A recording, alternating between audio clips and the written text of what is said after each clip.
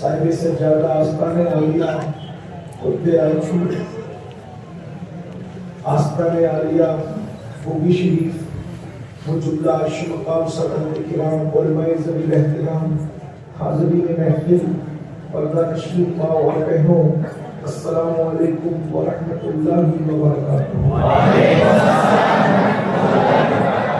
موسی آدم پروری بے صبر سما مددے قبلے دین مددے کعبے دین مددے انتظاری کرم دست بنے عینی لا اے خدا جو خدا دین و خدا دان مددے بقیتا کے بلا افتادہ تشبیح ضعیفانو شکستہ رات و خشکی محق کے خواجہ عثمان ہارون مدد کن مدد کن مدد کن یا معین الدین چشتی۔ انتہائی احترام و عقیدت کے ساتھ اپنے اور ساری کائنات کے مرکز عقیدت انیس بے کساں چار اساز درد مندہ ہم غریبوں کے غم گسار ہم فقیروں کی ثروت شہر یار ارم تاجدار حرم نوبہار شفاعت شب اسرا کے دنہا نوش بزم جنت دارائے سبل مولائے کل ختم الرسول خسرو خوباں سیاہ دامکہ وجہ کل فقہ در اللہ مکنون سر اللہ مخزون عالم ما کانا وما یکون آبو دل انبیاء جانو دل اسقیاء مطلع سعادت مقتع سیادت خلاصہ کائنات فخر موجودات حضور مد مجتبی محمد مصطفیٰ صلی اللہ تعالی علیہ وآلہ وصحبہ وبارک وسلم کی بارگاہ میں بے کس پناہ میں جس طریقے سے پڑھا اس سب مل کر بلند آواز سے میرے سامنے پڑھیں الصلاۃ والسلام علیک یا رسول اللہ، الصلاۃ والسلام علیک یا نبی اللہ، الصلاۃ والسلام علیک یا حبیب اللہ،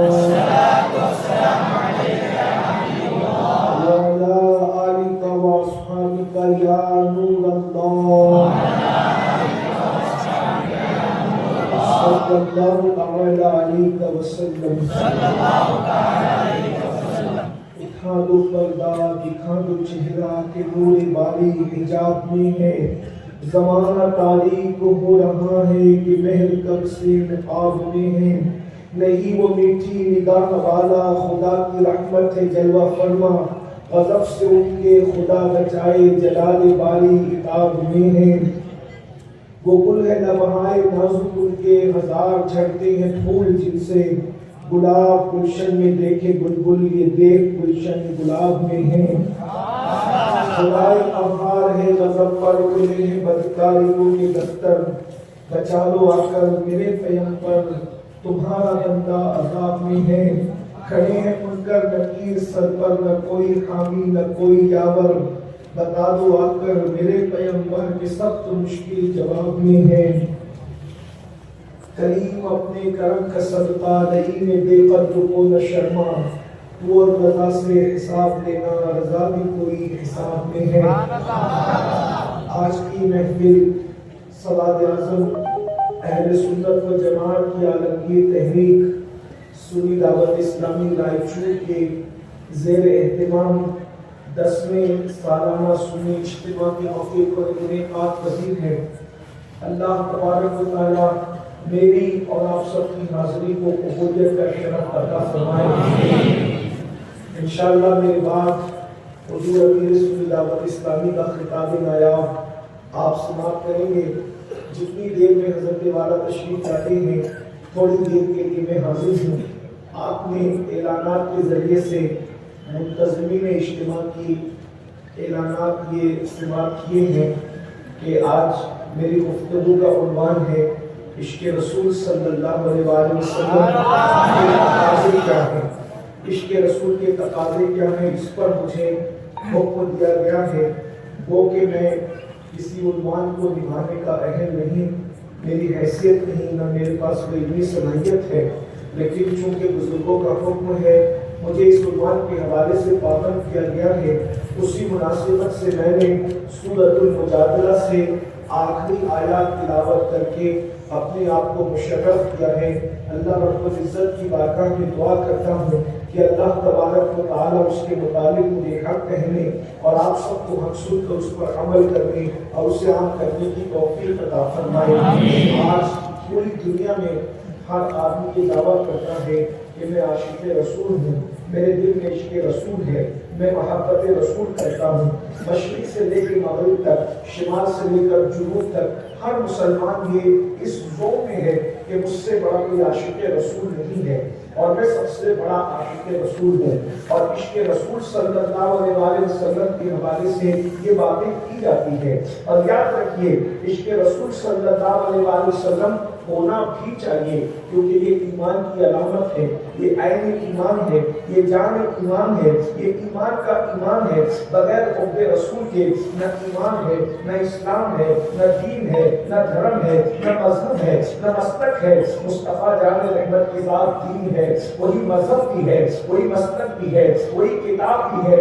اقبال نے کہا تھا لوح بھی تو، قلم بھی تو، تیرا وجود الکتاب، یا رسول اللہ سب کچھ آپ ہی تو ہے۔ اور میرے امام اہل سنت نے تو بہت بڑی بات کہی، فرماتے ہیں اللہ اکبر، وہی جلوہ شہر بشہر ہے، وہی اصل عالم دہر ہے، وہی جلوہ شہر بشہر ہے، وہی اصل عالم دہر ہے، وہی لہر ہے، وہی بحر ہے، وہی پاٹ ہے، وہی دھار ہے۔ ایک مقام پر کہتے ہیں انہی کی بو مایہ سمن ہے، انہی کا جلوہ چمن چمن ہے، انہی سے گلشن مہک رہے ہیں، انہی کی رنگت گلاب میں ہے۔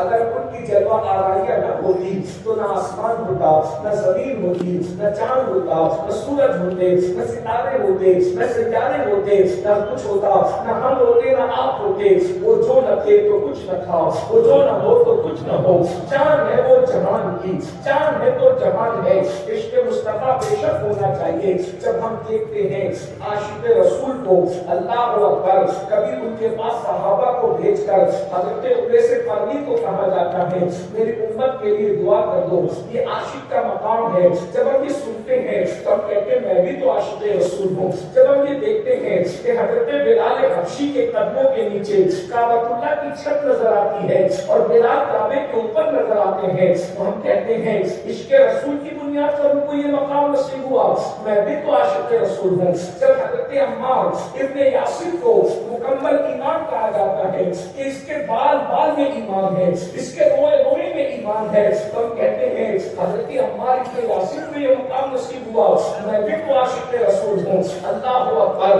حضرت علامہ جامی کو عالم بیداری میں رسول اللہ کی زیارت نصیب ہوتی ہے اور جب وہ رسول اللہ کے روضے پر جاتے ہیں اور کہتے ہیں حضور میں جا رہا ہوں تو روضے رسول سے آواز آتی ہے بس علامت علی وہ باز آئی، جاؤ اس کے بعد واپس پھر آنا۔ ہم کہتے ہیں وہ عاشق تھے نا تو میں بھی عاشق رسول ہوں۔ امام اہل سنت سیدی اعلیٰ حضرت امام احمد رضا خان محدث بریلوی رحمۃ اللہ تعالی علیہ کا 25 صفر کو دربار رسول میں انتظار کرنے کے حوالے سے شامی بزرگ کو خواب دیکھتے ہیں کہ ان کا انتظار کیا جا رہا تھا۔ ہم کہتے ہیں یہ مقام کیوں ملا؟ عشق رسول کی بنیاد پر میں بھی تو عاشق رسول ہوں۔ کر سکے ہم شاہ کی زندگیاں دیکھتے ہیں، حضرت حنظلہ رضی اللہ تبارک و تعالیٰ عنہ کو فرشتوں نے غسل دیا، وسیل الملائکہ کا لقب ان کو نصیب ہوا۔ ہم کہتے ہیں یہ مقام 4 فرشتے غسل جنابت کسی کو دے رہے ہیں تو ان کو عشق رسول کی بنیاد پر یہ مقام ملا۔ میں بھی تو عاشق رسول ہوں، لیکن میرے عزیز یقیناً جس کو جو مقام ملا ہے عشق رسول کی بنیاد پر ملا ہے، محبت رسول کی بنیاد پر ملا ہے، حضور کو چاہنے کی بنیاد پر ملا ہے، اور ہم اس کے بعد کہتے ہیں ہم بھی تو عاشق رسول ہے، لیکن ہمیں پتہ ہے ہم بلال حبشی کو کعبے کی چھت پر عشق رسول کی وجہ سے دیکھ رہے ہیں، لیکن بلال کا عشق رسول وہ نہیں ہے جو عشق رسول ہمارا ہے۔ یاد رکھنا حضرت عمار کو جو نصیب ہوا جس عشق رسول کی بنیاد پر وہ عشق رسول نہیں ہے جو ہمارے پاس ہے۔ اللہ اکبر۔ حضرت خالد ابن ولید کو جو سیف اللہ کا لقب ملا ہے وہ عشق رسول نہیں ہے جو ہمارے پاس ہے، اس لیے کہ ان کا عشق رسول پریکٹیکل ہے اور ہمارا عشق رسول تھیری ہے۔ ہم صرف باتیں کرتے ہیں، ہم صرف گفتگو کرتے ہیں، ہمارے پاس عشق رسول کا مطلب سروں پر امامے کے اندر دیکھیے جملے غلط برے لگے تو معاف کرنا،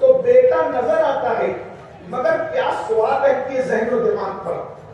اسی طریقے سے اگر پیر صاحب بھی آ جائیں، مرشد سامنے ہوتے ہیں مگر ذہن و دماغ پر پیاس سوار رہتی ہے.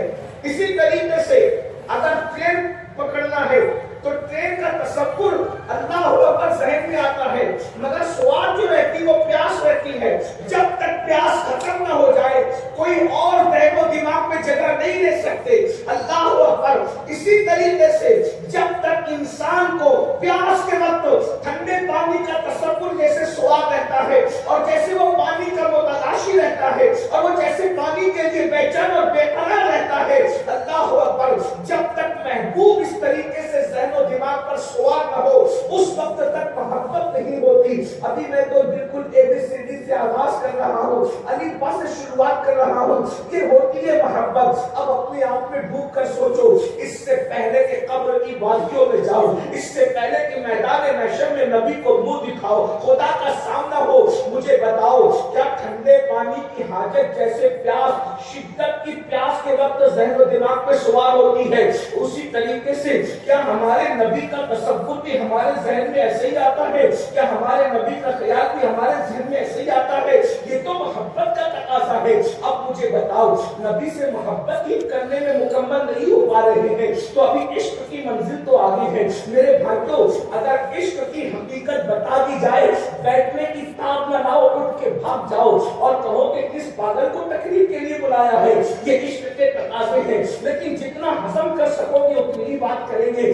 آپ اندازہ فرمائیں کیا نبی ہمارے ذہن و دماغ پہ کب سوار رہتے ہیں؟ جب نرم نرم گدوں پہ لیٹ کر زنا کی فلمیں دیکھ رہے ہوتے ہیں اس وقت نبی کے مکرم کا تصور دل میں آتا ہے. معاذ اللہ. جب چہرے سے داڑیاں ملا کر کٹروں میں پھینک رہے ہوتے ہیں اس وقت نبی کے پاک کا تصور دل و دماغ میں چھایا رہتا ہے. جب لاٹھی کے نام پر حرام اور جنے کو پروموٹ کر رہے ہوتے ہیں تب رسول اللہ کا خیال ذہن و دماغ میں چھایا رہتا ہے. بڑی معذرت کے ساتھ کئی دن تک تو نبی ہمیں یاد بھی نہیں آتے، کئی دن تک تو ہم نبی کا نام تک نہیں لیتے.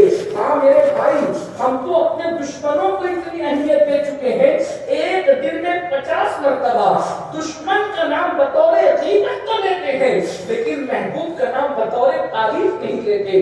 جو اپنے دشمن کا نام اتنی مرتبہ لے اور اپنے محبوب کا نام نہ لے پھر اس کا شمار محبت کرنے والوں میں کیسے ہو سکتا ہے؟ اللہ اکبر. ارے محبت کرنے والے کی علامت یہ ہے کہ وہ جس کو محبت ہوتی ہے کثرت کے ساتھ اس کا ذکر کرتا ہے، ہمیشہ اس کا ذکر کرتا ہے، ہمیشہ اس کی یاد کرتا ہے.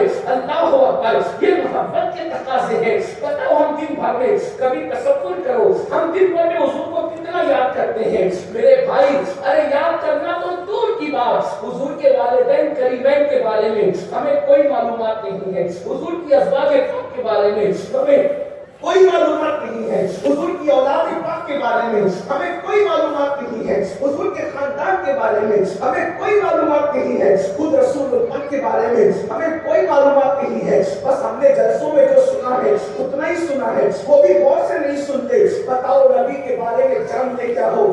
ایک کرکٹر جس سے محبت کرتے ہو اس کے بارے میں مکمل پتا ہے، وہ کتنے فٹ کا ہے، وہ کس خاندان کا ہے، وہ کس قبیلے کا ہے، اس کی تعلیم کیا ہے، اس کا علم کیا ہے، اس کا یہ کیا ہے، اس کا وہ کیا ہے. بتاؤ کرکٹر سے محبت کے اس کے بارے میں سب جانتے ہو، جس کا کلمہ پڑھا ہے اس کے بارے میں کیا جانتے ہو؟ اللہ اکبر. جس ہیرو کی فلم دیکھتے ہو اس کے بارے میں سب جانتے ہو، جس کا کلمہ پڑھا ہے، جو تمہارے اور میرے لیے شاقہ یوم مشہور ہے، ان کے بارے میں ہمیں کیا معلومات ہے؟ کچھ معلوم نہیں ہے. تو عشق کا پہلا تقاضا یہ ہے بلکہ محبت کا کہ سب سے زیادہ اس کا ذکر کیا جائے جس سے محبت ہوتی ہے. لیکن ہم ذکر ہی نبی کا کتنا کرتے ہیں. بڑی معذرت کے ساتھ اب تو جلسوں میں بھی نبی کا ذکر نہیں ہوتا، اب تو جلسوں میں بھی نبی کا تذکرہ نہیں ہوتا، بلکہ حالات یہ ہیں وہ اپنے سلسلے کا بات کر رہا ہے، وہ اپنے سلسلے کی بات کر رہا ہے. جانے سلسلہ کا ذکر کب کرو گے؟ ارے سارے سلسلوں کا ذکر کرو، سب سلاخوں پر ہے. یاد رکھنا دنیا میں احترام کے قابل ہے جتنے لوگ میں سب کا مانتا ہوں مگر مصطفیٰ کے بعد. اللہ اکبر. آج حضور کے بارے میں ہم کیا جانتے ہیں؟ نہیں، حضور کا ذکر ہونا چاہیے. میں کہتا ہوں ظالموں اپنے بزرگوں کو دیکھو، کسی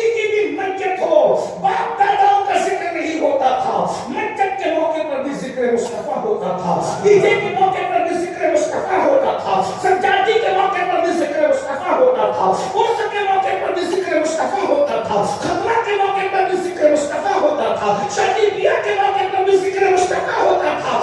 ذکر مصطفیٰ اتنا کثرت سے ہوتا تھا کہ مسلمان کے بچے کو پتا تھا کہ مصطفیٰ جان رحمت کی شان کیا ہے، مصطفیٰ جان رحمت کا مقام کیا ہے۔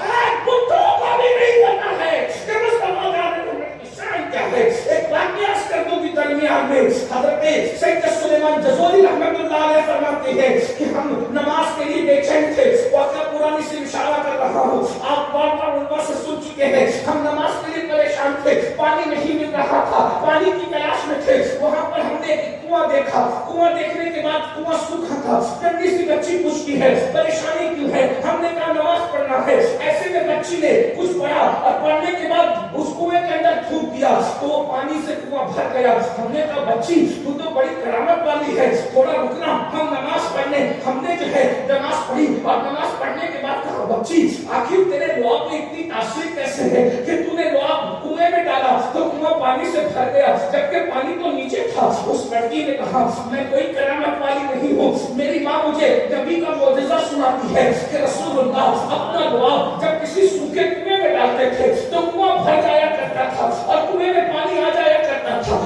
خالی کنویں میں ڈالتے تھے تو کنواں میٹھا ہو جایا کرتا تھا۔ میں نے سوچا مسافروں کو پانی نہیں مل رہا ہے تو میں اس طریقے سے مدد کر سکتی ہوں، تو میں نے سوچا جس کے لعاب میں اتنی طاقت ہو کہ وہ لعاب ڈالتے ہیں تو سوکھے کنویں میں پانی آ جاتا ہے، تو میں نے نبی پہ درود پڑھا اور نام محمد لے کر کے اپنا تھوک نبی کے نام کے وسیلے سے میں نے کنویں میں ڈال دیا۔ اسی وجہ سے جو ہے وہ یہ کنواں پانی سے بھر گیا۔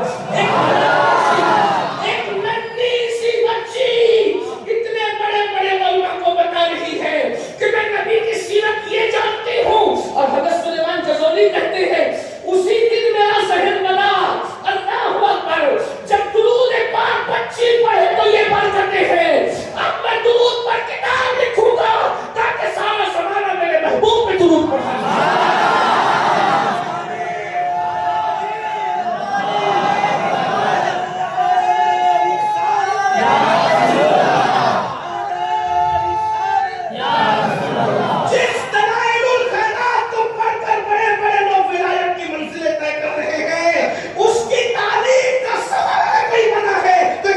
بچی بنی ہے، ایک چھوٹی سی بچی بنی ہے۔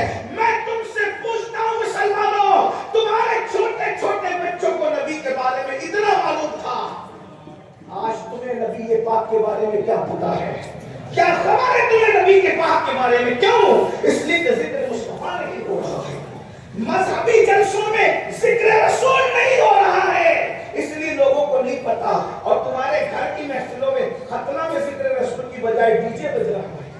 کون سے عاشق رسول؟ شادی میں ذکر رسول کی بجائے تم لڑکیوں کو نچا رہے ہو، کون سے عاشق رسول ہو بتائیے؟ حالانکہ جس کو جتنا پیار ہوتا ہے وہ اتنا کثرت سے ذکر، ارے کسی اور کو نہیں۔ آئیے میں بات کا آغاز کروں، اپنے غوث اعظم نے سب سے زیادہ کس کا ذکر کیا؟ غریب نواز نے سب سے زیادہ کس کا ذکر کیا؟ علامہ جامی نے سب سے زیادہ کس کا ذکر کیا؟ کس بزرگ کا نام لو؟ مکتوم اشرف جاگیر سمنانی نے سب سے زیادہ کس کا ذکر کیا؟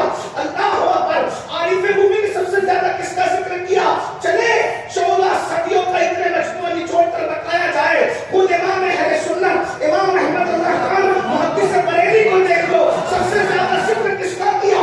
اللہ اکبر۔ فتاویٰ بھی لکھا تو یہ نہیں کہ یہ میری صلاحیت کا نتیجہ ہے، اللہ اکبر۔ فتاویٰ خود لکھ رہے ہیں، ہر فتویٰ لکھنے والے میں کسی پہ ٹپنی نہیں کر رہا ہوں، بات سے عشق کی اور خیال کی بتا رہا ہوں،